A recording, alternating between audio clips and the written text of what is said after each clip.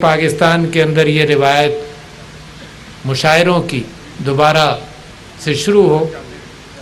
جو ہماری تہذیب کے اندر، ہماری ثقافت کے اندر، ہماری سیاست کے اندر جو شاعری کا رول رہا ہے وہ شاید دنیا کی مختلف تہذیبوں میں اتنا نہیں رہا۔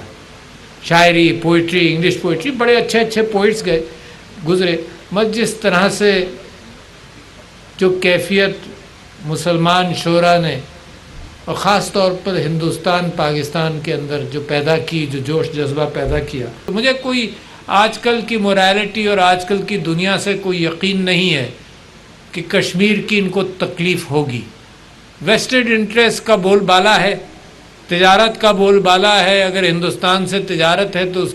اس کے ظلم کو سہا جا رہا ہے۔ صرف اتنا ضرور کہوں گا کہ یہ دور تک نہیں چلتا، دیر تک نہیں چلتا، یہ لوگوں کی آزادی کو سلب کرنا، لوگ بغاوت کرتے رہیں گے، آزادی حاصل کریں گے، ماں کے پیٹ سے بچہ جنم دے گا تو وہ آزادی کی آواز بلند کرے گا، لہذا یہ یقین مجھے مسلسل رہے گا۔ کوشش ہماری جاری رہے گی، پرامن انداز سے کوشش کرتے رہیں گے۔ اس کے بعد ہندوستان جس طرح سے اپنے آپ کو آگ لگا رہا ہے، جس طرح سے یہ ثابت کر رہا ہے کہ قائد اعظم اور علامہ اقبال نے جو دو قومی نظریہ لے کر چلے تھے وہ سچا تھا، وہ ہندوستان آپ کے لیے بڑی کوشش کر رہا ہے کہ اس کو زمین پر ثابت کر دے۔ جو جس طرح سے آگ لگا رہا ہے تو مجھے یقین ہے کہ کشمیر میری زندگی میں آزاد ہوگا اور بہت کچھ تبدیلی آئے گی۔